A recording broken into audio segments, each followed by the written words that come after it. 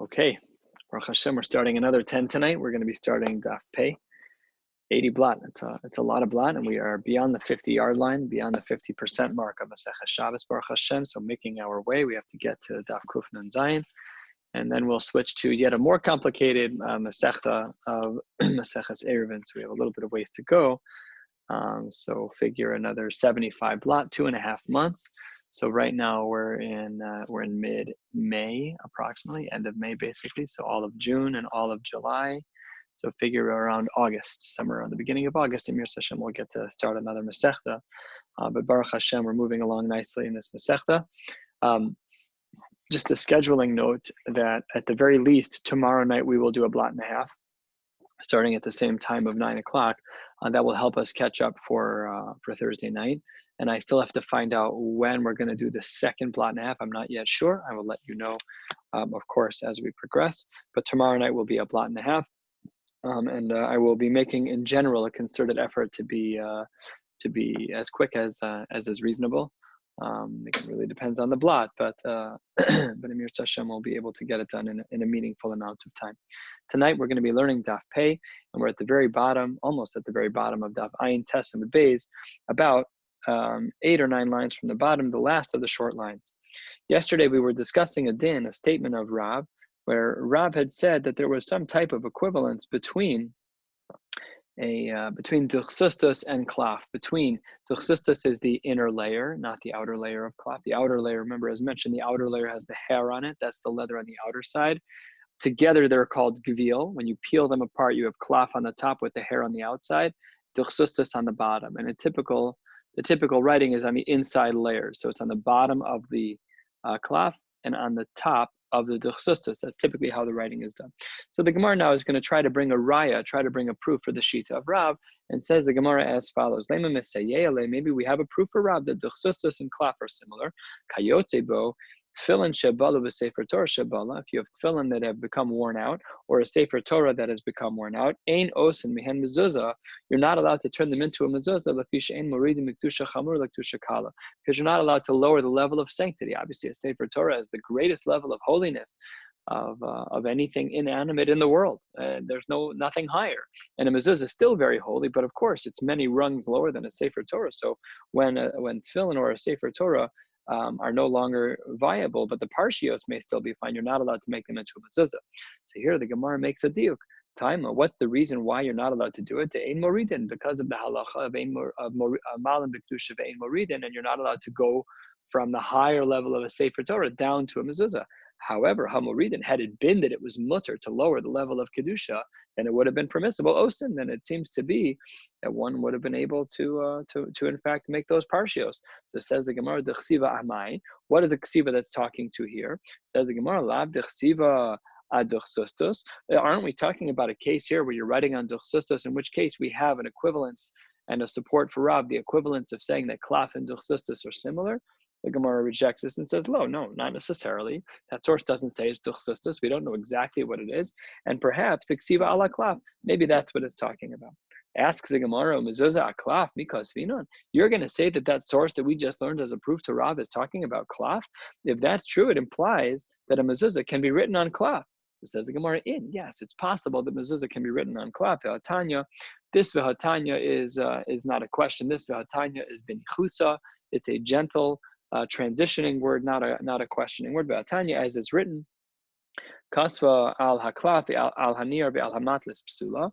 Reb Shimon ben Elazar, Reb Meir hayakos al haklaf ibnei mishtamer. So we have the shita of Reb Shimon ben Elazar that does indicate that it is permissible to write on the klaf. So it says the Gemara, hashta de asis lahachi. Now that we've gotten to this point, take a look at Rashi, 3 lines from the bottom. Now that we see that mezuzah aklaf kshera, so then what's the point of Rav's comment? If we have a brisa to indicate in the name of Rav Meir that it's permissible to write a mezuzah on klaf, then I don't need Rav Meir's comment that klaf and duchsustus are similar. So hashta da'asis lahachi, now that we've learned the din of Rav from a source in the Tanaim prior to Rav, then what's the point of Rav's comment? Le Rav nami lo tema duchsustus hareu keklaf. There's no reason for him to say it that way. We should We should definitely be changing around the way he said what he said. Let's see what he must have meant. Ella, it must be Ema. It might be that he said klaf. Not that duchsustus is like klaf, but that klaf is like duchsustus. And what would be the comparison? Ma duchsustus kosvin alav mezuzah, af klaf kosvin alav mezuzah. And this is how we pass in Ladina, that a mezuzah, technically speaking, can be written on both materials, either on klaf, on the outer layer of the gvil and the outer layer of the hide, or on the duchsustus, on the inner layer of the gvil, on the inner layer of the hide. Our Mishnah that we learned a blot ago on Daf Ayin Ches Amud Beis spoke about dio, about ink. Dio, kedei lichto, we said to write two letters. Turning to the top of Daf Pei Amud Aleph, says the Gemara, Tana shtei osios b'dio, two letters in ink, in dry ink, v'shtei osios b'kulmus, the volume of ink for two letters that are in the quill. So let's say you take your quill, and if you've ever seen a quill that's used for a Sefer Torah, it has a little incision in it so that it can draw up. With water, it's referred to as capillary action, that it kind of functions as like this amoeba, and you can draw things against gravity. So you take a kulmus with a little cut in it in the bottom, you touch it, and the ink draws up. And once you've drawn up two letters worth of ink, so then in the kulmus, in the quill, that's considered carrying on Shabbos. And as well, shtei osios bekalmarin, also two measures worth of letters that may be found inside a reservoir, inside a container that holds ink. If you've ever used a fountain pen, a fancy fountain pen, so you'll know that they draw out the ink from a base of some kind, from a little glass jar. And if that has ink in it for two letters, that's going to be a problem. So it says the Gemara, what about a combo deal? Boy, Rabbi, the second line says the Gemara, Os achas b'dio. What if you have one amount of dry ink, one letter's worth, achas bekulmus, or you have one in the quill, or os achas sorry, I skipped a word. It's os achas bedio, os achas bekulmus, os achas bekalmarin mahu. What would be the din if it wasn't both of the same? They weren't both dry ink, they weren't both in the kulmus, and they weren't both in the reservoir. So would we do a combo deal here? There says the Gemara, take it, we're not sure. Tishbi, Yataris, Kushios, or Bios, we don't know the answer to that question. I don't know why it would be different than anything else. What about, we'll see later on the daf, maybe there should be no distinction. We say all the time, you eat chatzi kizayis of chaylev, and then you eat another chatzi kizayis of chaylev. We say you're chayiv. My nafkamina ben zel is a good question. Says the Gemara, 4 lines down, Amar Rabba, hotzi shtei osios uksavan kshu mahalech chayiv.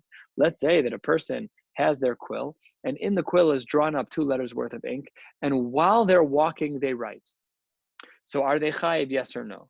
So says the Gemara, yes, they are. They're chayav because a lamdusha phrase, ksivasan zohi hanachas. And when you write, that's the hanacha of the ink. That's like putting down an item on the ground. Because once you write it on a piece of paper or on your garment or on your hand, wherever you're writing, ksivasan, then zohi hanachas. And that is considered to be the hanacha. Very interesting. So the Ritva here is bothered. What are you chayav on? You chayiv on kosev, or are you chayiv on carrying on Shabbos? So the Ritva points out you're chayiv on both. The fact that you're walking, and that was obviously the frame here. We said hotzi shtei osios.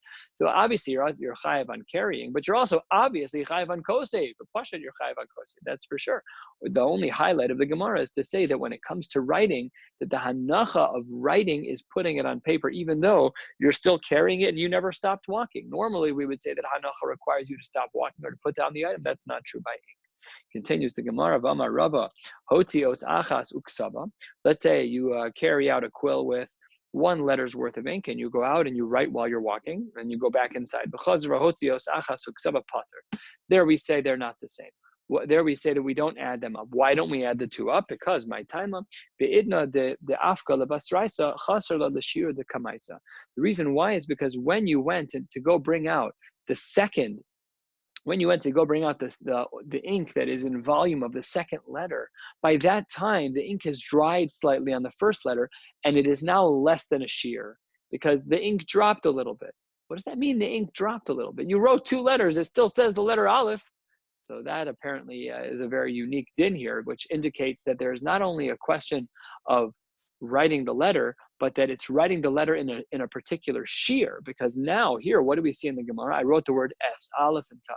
So I wrote the letter Aleph, and then I went while I was walking, and then I went back into my house to get to refill the quill. And as I was walking, I wrote the letter stuff. We assumed that the letter Aleph shrunk, but the Gemara doesn't seem to be bothered by the fact that the letter Aleph still says the letter Aleph. So obviously there's seemingly something happening here behind the scenes, that not only do you have to write a letter, but each letter has to be written with an appropriate shear of liquid, an appropriate shear of diyo, of ink, and in turn, the Gemara here then says that you would be pater in such a case.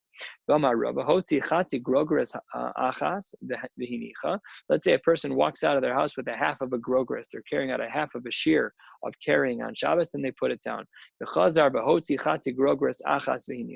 You go back inside, and again, you repeat the same 50, the same half, right? You're doing 50-50. You brought out the first half of your carrying, now you're bringing out the second half. Seemingly, you should be chayiv. Says the Gemara, you're not.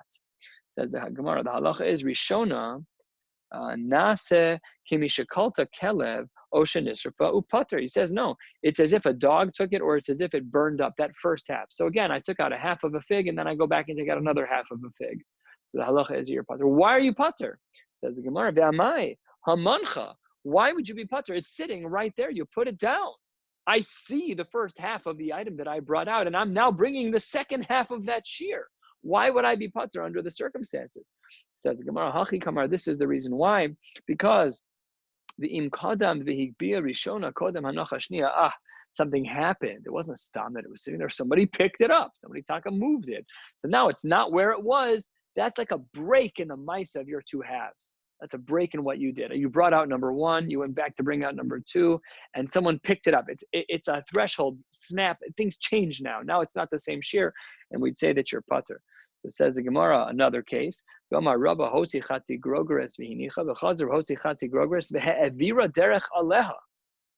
Different case. So let's say I bring out my half of a grogris. Okay, here it is. And then I bring out, it's sitting down, it's resting on the bottom. Then I bring out another half of a grogris. I don't put it down, I just hold it over. So this one's sitting on the ground, my chatzi grogris, half of a fig. And then I go back, I bring from the outside, here it comes. And as I hover over it, I trigger the chiyuv of carrying on Shabbos. That's this case here. Again, we're 1/3 of the way down. Pei Amud Aleph.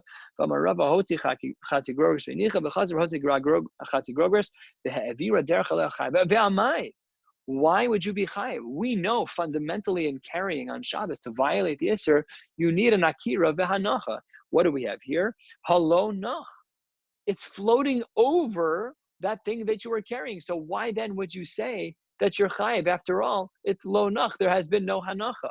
Answers the Gemara, kagon she'evira toch shlosha. We're triggering the world of labud. As mentioned, we know that we have a halacha l'mosh misinai called labud, that when something is within 3 tfachim of the ground, we treat them as the same. Let's say that a person wanted to build the walls of their sukkah with beams that are less than 3 tfachim apart, going horizontally. That is mamish considered a wall. L'chol hadeos midoraisa midorabanan halacha l'mosh misinai.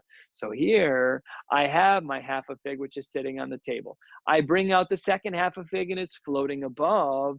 Says the Gemara, it's lavud. It's considered a hanacha. Afal pi that it's not nach, it's not resting, but we still treat it as a hanacha because of the din of lavud. So let's see how the Gemara responds to that. It says the Gemara, wait a minute. Ve'amar Rava toch shlosha l'Rabbanan tzarech hanacha al gabe mashahu. No, when it comes to hanacha by Shabbos, the Chachamim require that it actually be sitting on something. Afal pi that there's a din of lavud. We're not taking away the halacha l'mosh misinai. For sure, that's still true.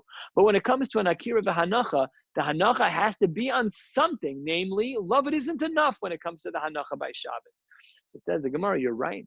Lo kashad, but it's not a contradiction. Kan bezore, kan b'mavir. When do we say that hanacha, that the lavud is considered a hanacha? That's when you're mavir. That's when you literally hold it over. In that case, like this case, you're going to be chayiv. But when it's zorek, so that's not considered enough. There it has to land in order to be considered chayiv. And that brings us to the end of this particular case. We're just about halfway down. And we're now going to learn another case, starting with the words Tanu Rabbanan. It says the Gemara, Tanu Rabbanan. Hoti chati grogres v'chazer v'hoti chati grogres. Another case where you take out half of a dried fig and then another half of a dried fig. However, it was behel amechad. It was under one lapse of memory. So there we would say chayiv. However, the shteho alamos, says the Tanakama, had it been in 2 moments, 2 lapses of memory, there we would say pater, because the actions have a break in between the two, which is you got your memory back at some point and then you again forgot. Fine. That's the shita of the Tanakama. Halfway down, Pamid Aleph. Rabbi Yossi Omer. Rabbi Yossi says, "Behelam echad the reshus echad chayiv." He adds in another factor. Not only would it have to be behelam echad that you'd be chayiv for half and half. Not only that, but it would have to be in the same reshus. That's what his addition is here. The reshus echad chayiv. But l'shtei reshuyos pater, even if it's behelam echad. Huge chiddush of Rabbi Yossi. Says the Gemara, Amar Rabba, who's an Amora, who's qualifying this shita of Rabbi Yossi and the Tanaim. What does Rabba say? When do we say that it's considered one reshus? Sorry, when do we say that it's two reshuyos?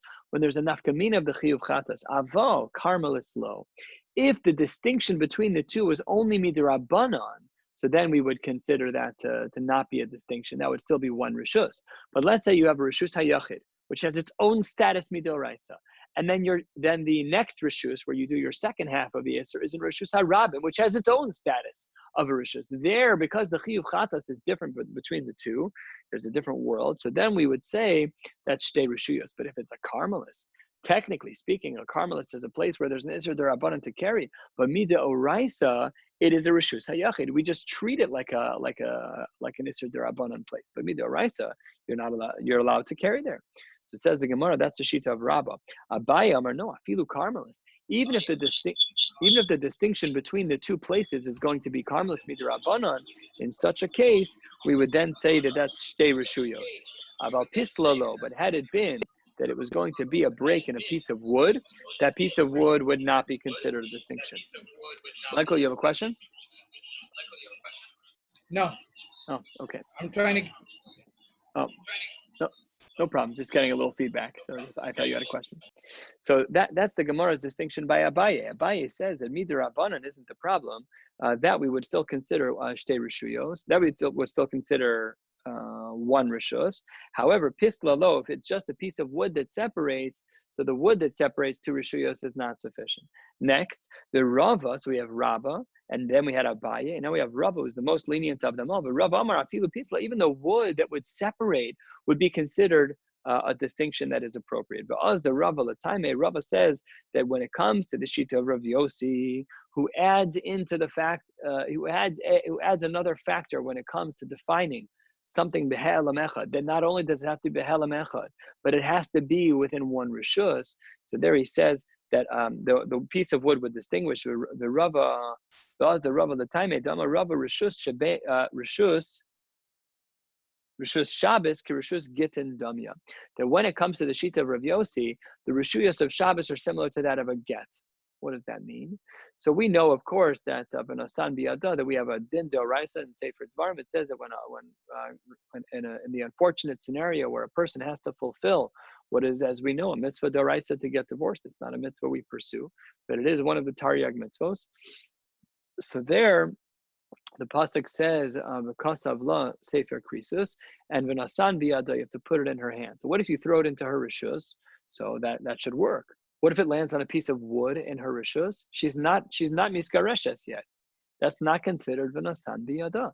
So just like over there by gittin, we see that the piece of wood is a distinction in regards to whether or not she's divorced. The same is true here. We would assume that the piece of wood is a distinction, and therefore, according to the shita of Rabbi Yossi, who says that behelam achas, that one lapse of memory, also requires as a secondary component to the helam achas, it has to be in one reshus. Even if there's a piece of wood separating the two reshuyos, that would then be considered shtei reshuyos, and then you would be putter in such a case. At the two dots, a little bit more than halfway down, we spoke about in the Mishnah and Ayin Chesam Beis about makeup. Kachol, about makeup on the eyes. Kedei likhol ayin achas. Now I don't know about you, but someone who comes out of the house with only one eye's worth of makeup does not look very normal. Let's see what the Gemara says. Ayin achas, hello kachle. Nobody does that. That's like a Purim costume. Nobody walks around with half of their face with makeup on. It doesn't even work. Answers the Gemara, you're right, of course, that's true. Amar Ravuna shekain tsanuos kochlos ayin achas. There were those who were tsanuos, those who were particularly modest, who would only put makeup on one eye. What does that even mean? That's not more modest. That draws way more attention than less. For this, we need Rashi. Rashi, below the drawings that are in Rashi, Dibur Hamaskal Tsanuos, about 3 inches below where we are, Rashi says, Sheholchos me'utafos, they have a wrapping around their head, Be'ein migalos, Ella ayin echad liros v'kochlos oso. They were wearing some type of wrap that would cover one of their eyes. So all they taka needed was makeup on one eye. That's all they needed. And that's why that's the minimum threshold of the Isser, because there were those who were tnuos. They weren't tsanua because they only wore one eye of makeup. They were tsanuos because they were wrapped up in such a way where only one eye is covered. This is certainly not the standard in Klal Yisrael. And maybe in other cultures we have such ideas, but we don't really. This is not a thing. In fact, the Maharalmi Prague is a beautiful, beautiful piece where he speaks about the fact that the Jewish woman never has a chiyuv to cover her face and never has a chiyuv to cover her hands. Those things are just not part of Klal Yisrael. And the human male who has a yetzer hara for such things, who has a yetzer hara to be to iconize, to make a woman who is otherwise dressed modestly, to turn it into something inappropriate. We as men have the capacity to see beauty in a woman's face or their hands without it being something that is inappropriate. That's a distinction we're capable of making. So we have no such chiyuv. This Gemara is not Ladina, but nevertheless it functions as a minimum in regards to the threshold of carrying out eye makeup, because under these in these communities where women would be dressing with such a wrapping, they'd cover one eye, they'd only use one eye. Says the Gemara, hold on 1 second. That's not correct. Meisive, I have a source in the Tanaim that disagrees with you. Reb Shimon ben Elazar Omer Kachol. What about eye makeup? Im l'refua. If it's for healing, kadei l'kol ayin achas, I could understand. My right eye hurts, my left eye is fine, so I put makeup on one eye. It's makeup. It's medication that goes on one eye. I could understand why the threshold is one eye because it's for refua. However, and here's the punch to the gut. This doesn't work for what we just said. We said that it's because of tznius. What do we see here? In lakashet, but if it's to make yourself look beautiful, beveze nine, then the threshold is different. Then we would say the sheer of makeup that you need to use to carry out to violate the Isser is for 2 eyes, not for 1. So which one is it? Says the Gemara. Tirgama Hillel Bereder of Shmuel Bar Nachmani Kitanyahu be'iranios. There were certain communities that seemingly were very small, and the modesty levels were different. Take a look at Rashi. Rashi Dibur Hamaschel be'iranios, about 3 inches below where we are. Benos Kfarim, women who lived in villages. Einon Tzrichos Tznias Kolkach. They don't need as much tznius. Now, of course, this doesn't mean that they were dressed inappropriately. They were covering everything that needed to be covered. Knees, belly buttons, and collar lines, and elbows. Everything was covered perfectly. We're just talking about beyond the minimum. What kind of makeup should they be wearing? So there we said, in such a place, Rashi says, She'ein tzchok b'kalus rosh matzu isham, and there aren't a lot of people there. They didn't cover their eyes. The kochlos bezenehem. So there, in a place of iranios, so there the threshold was taka both eyes. There was no lack of tznius. In such a place, there was no schok b'kalus rosh. Discussion: how big of a city is this? Okay, fine. So that's how the Gemara answers this seeming contradiction that one eye is for larger cities. I'm just using this as a brushstroke. How large is large? We don't know. And the iranios is when the threshold would be bezenai. For 3/4 of the way down at the 2 dots, shava, the wax that we spoke about in the Mishnah, to seal up a hole. It was used to close off an opening for a bottle of wine. Debek, glue. We said in the Mishnah 9 Ches that it was to put glue on the end of a board. For what purpose and for what measure? It was enough glue. To trap birds. That was what the glue was going to be used for. Says the Gemara, Zephes v'gofris kedelasos. We said in our Mishnah about the pitch and the tar. Tana kedelasos nekev katan, in order to form a small hole. Charasis. What about the shards of charasis, of brick or of pottery? Delasos pikur. So that was the first year. But if you look back in our Mishnah, the next shita said, that was the Tanakama. Rabbi Yehuda argued kedelasos pitput, to make a tripod, which is way more. Now, in general, we assume that Rabbi Yehuda's shita was always less than the Rabbanan, and that's the Gemara's question. The charasis kedelasos pikur. Pikur is a small amount. Then Rabbi Yehuda argued and said, no, it's about the pitput, it's about the tripod. So asks the Gemara, the Memra de Shir, the Rabbi Yehuda Nafish, are you going to tell me that the Shir of Rabbi Yehuda was greater? Absolutely not. HaKaimal de Shir, the Rabbanan Nafish. We hold that unless otherwise noted, the Shir of the Rabbanan is always greater than Rabbi Yehuda. So what does Rabbi Yehuda mean? Answers the Gemara. Continues the question of the Gemara. Titnan, as we learned in the Mishnah of Yehuda Omer, Kedei Litol Heimenu Midas Minal Katan. This we spoke about in the Mishnah, that he said a smaller share than the Chachamim, in that when it came to reeds, that it was only a small amount for the shoes. That's the Shita of Rabbi Yehuda, that he's always less than the Rabbanan. So how do we answer this seeming contradiction that when it comes to this case of Charasis, a Pikur, the Rabbi Yehuda argues and says, Pitput, it appears that his Shita is greater than that of the Rabbanan. The Gemara answers, no. He's only talking about a tripod to fix one, to fill up small holes, and that in fact was a shear that was less than the Rabbanon, and therefore the assumption that Rabbi Yehuda's sheet is always less than the Rabbanon is maintained. Turning to the top, skipping the rest of the parentheses, turning to the top of Pei Amud Beis. Let's continue. Tana Rabbanon Hamotzi Seyar. What about carrying out an amount of hair? They used to use hair when they would make clay. So Hamotzi Seyar, in order to add it into clay, Lasos Pikor Shel Tzorfei Oven, in the amount that was used for those who, in order to create the opening of the Tzorfei Zahav, in order to make sure that you could make a hole that would measure how quickly things would pour out. Seed Kedei Lasud, we pointed out that lime was used in our Mishnah. We said that it was used to clean hair from the temples and some other applications. Let's get into the details here. Tana Kedei Lasud Etzbak Tana Shebebanos. We pointed out that lime was used to for the small finger of a young girl. If there was a girl who reached puberty earlier than becoming a bas chiyuva, and she was uncomfortable by the hair that was growing on her body. So then what she would do is, benos aniyim toflos osan b'tzid, they'd remove hair with lime. Benos ashirim, the girls who were wealthy would remove hair toflos osan b'soles. They'd use some type of mixture that had flour in it. That's how they'd remove hair. Benos malachim, and the princesses who were parts of kingdoms, toflos osan b'shem and hamor, they would remove hair with Shem and Hamor. Shene'emar Shisha Chodashim b'Shem and Hamor. For those of you familiar with the text from Esther, this is of course a pasuk from there. My Shem and Hamor. What was the Shem and Hamor? Rav Huna bar Chia Amar Sateches. This is referring to a perfume type of oil. I should say an oil that was a perfume, had a nice smell to it. Rav Yirmiyah bar Ava Amar Shem and Zayis Shelo Hebi Shlish.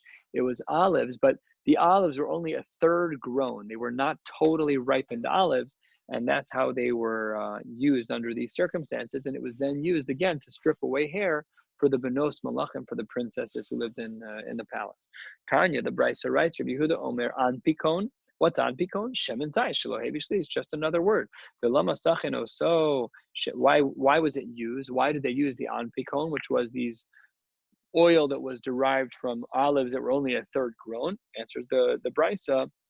Why was the anpikon used? It was used to remove hair and to make the flesh pleasant. And in fact, Rabbi Havia Labarta, Rabbi had a daughter, Tafla Aver. He would use lime on her body to make her look more beautiful. It would remove unwanted hair, and as well, it would make her skin look beautiful. And Shakal Badalad Meos Zuze, and finally he married her up, and he got a tremendous dowry. He got a lot of money that was given in. Very good.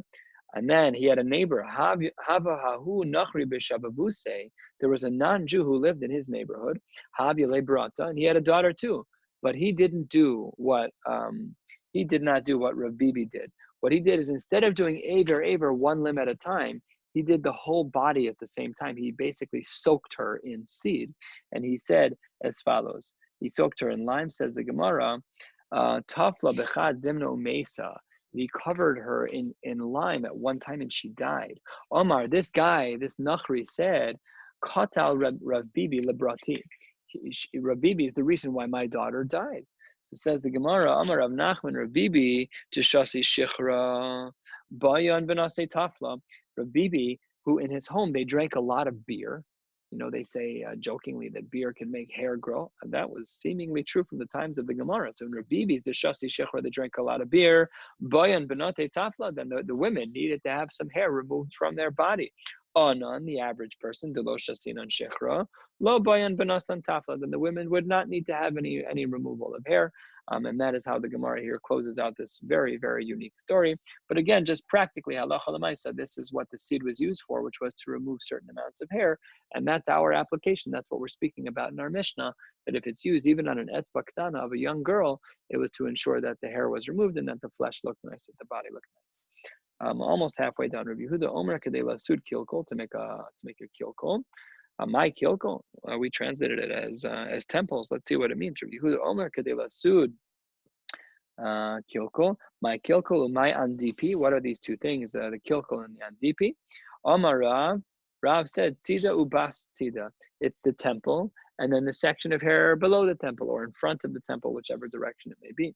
The Memra, what do we see from here? The Shir, Rabbi Yehuda Nafish, because we see that Rabbi Yehuda's Shir is seemingly larger than that of the Tanna Kama. Same question we asked before, which is typically we assume Rabbi Yehuda always has the smaller Shita, and the Rabbanan always has the larger Shita. So if that's the case, how does this work out? Al-Kaimal and the Shir, the Rabbanan Nafish. We always hold that the Rabbanan have a larger Shita than Rabbi Yehuda. So how then, in this case, can Rabbi Yehuda say it's just this tiny amount of the kilkul, a very, very small amount, where the Tanna Kama has a larger Shir? It says the Rabbanan, Zutami the Rabbanan. It's true that Rabbi Yehuda is less than the Rabbanan. However, the Nafish mi the Rabbi Nechemia is still greater than the Shita of Rabbi Nechemia. Asks the Gemara halfway down, last of the short lines, Mesivei, Amar Rab, near and Diver Rabbi Yehuda bechavut. Chavut is a thin version of lime, as opposed to the Diver Rabbi Nechemia bebeitza sasid, which was a thicker version of lime. So one was more viscous than the other. And says the Gemara, if you're saying that what the word kilkel means is tzidu basida, idi v'idi chavut, both of those only use the thinner version of the liquid. So that doesn't seem to make any sense. How would that work out with this Mishnah that we just quoted? Elama Rabbi Yitzchak, Amrei debei Rab Ami, Andipa. We're talking about a very unique case of a barrel that has two spigots. And what are we using the lime for? We're using the lime to plug up one of the spigots. So a very unique application of how to use the lime. And that must be what this Mishnah is talking about. But the Gemara doesn't like this either. 3 lines down in the wider lines, maski flor of kahana. So you're just going to throw your money away? What does this mean? Rashi here points out, anperos, take a look to the left, 1 inch up, anperos, hefseid, it's a loss of money. L'shum yain b'kli sasum b'seed. You're going to close off the spigot with lime. The wine's going to eat right through it. What kind of application is this that you're going to use the lime to stop a spigot from letting wine come out? That won't work at all. Ella, 3 lines into the widest lines, Ella Amar of Kahana, Shanasos, we're not talking about that at all. We're talking about a measuring cup. That's what this is referring to, an amount of sid that's in a measuring cup, and it has different markings on the cup, like the measuring cups that we have. The Pyrex one's a cup, 2 cups, 3 cups. The Haraya, let's see here, because it's not, the Mishnah says, Shinasos hayu behin. Which was used for wine, the libations that were used for particular korbanos. And what they would do is that there were markings in there for different types of korbanos, exactly like the Gemara says here, ad kan lepar, here's what you do for a cow, ad kan le'ayil, this is how much wine you would use for the libations, for the yain for an ayil, ad kan lekeves. That's another possibility. My andipa. What does the word andipa mean? Apusa. This is referring to a person's forehead, the amount that you put on a person's forehead. How do we know that the word apusa means forehead? From a story. There was someone from the Galil, someone from the northern part of Eretz Yisrael who went up to Bavel. The Amrulei Kum drosh lanu b'maaseh merkava. They said to him, to this yid who came from the Galil up to Bavel, they said, tell us about the maaseh merkava. Now, in another Masechta, we're going to learn that we're really not supposed to learn about the maaseh merkava. You can learn Pshat and Psukim in Tanakh and Yechezkel, but you can't really learn it al pi Kabbalah. That's not appropriate. So that question shouldn't have happened. Amar lehum edrosh. Edrosh lechu k'dedarash Rav Nechemia lechavrei. I'm going to teach it to you the way that Rav Nechemia taught his chevra.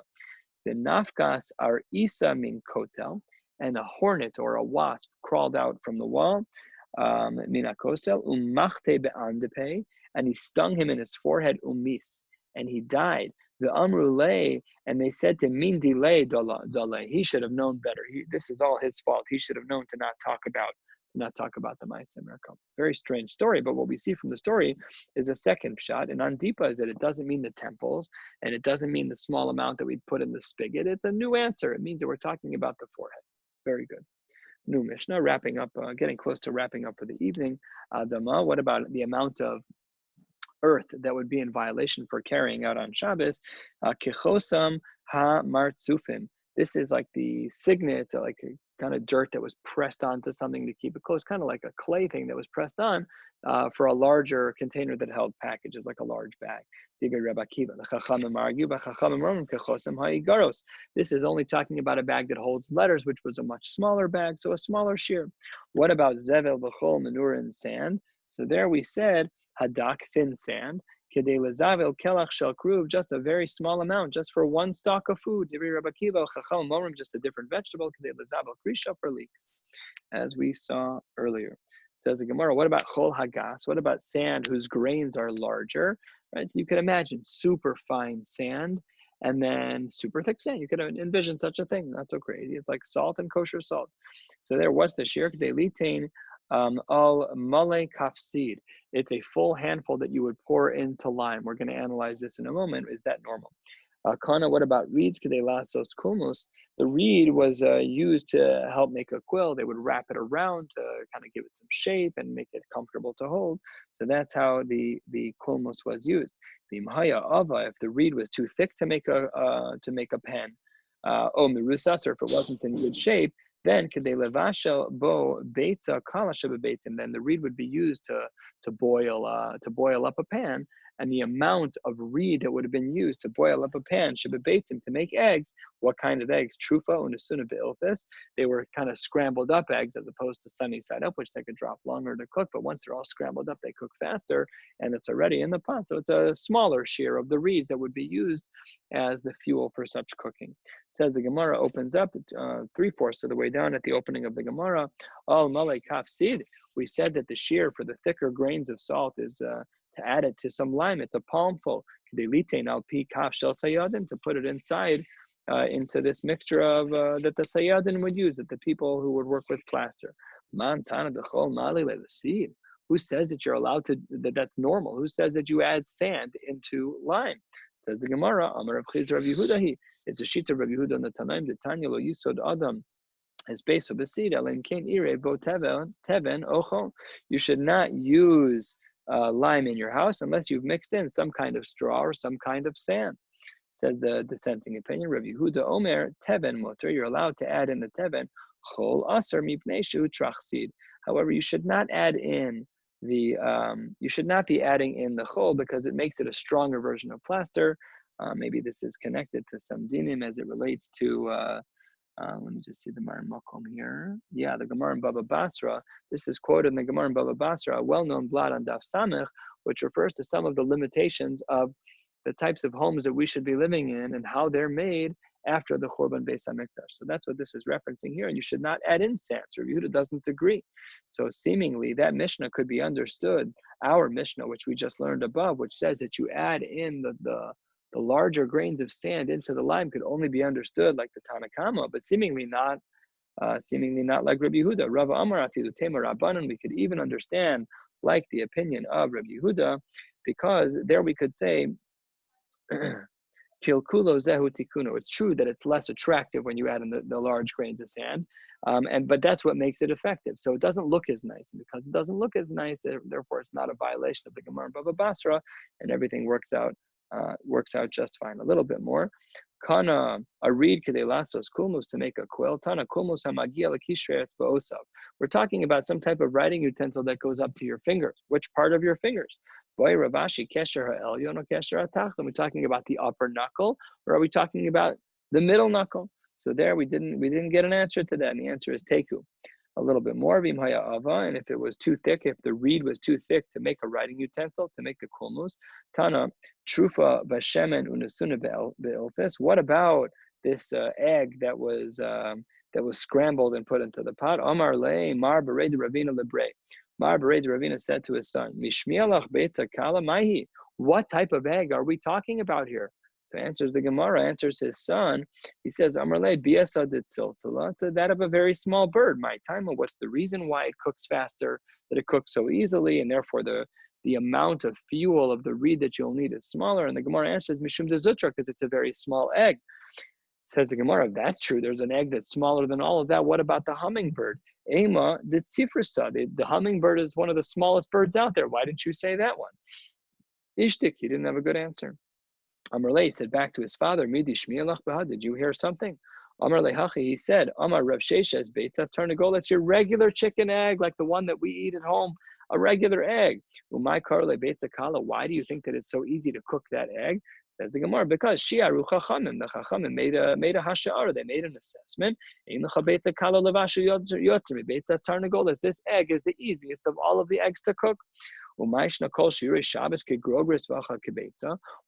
here, when it came to the shear of Isser, do we say that it's with a grogeris? Do we say that it's with a beta when in general we said that it's a grogeris? Typically, the shear that we've said this 50 times already, the shear of carrying on Shabbos is a grogeris. The shear of a whole bunch of things is a grogeris. Here we said it's kibetza.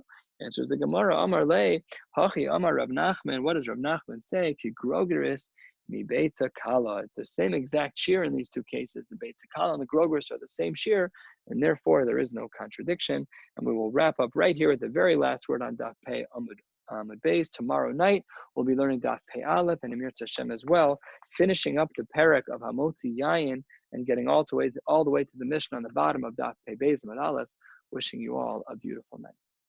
I have a question.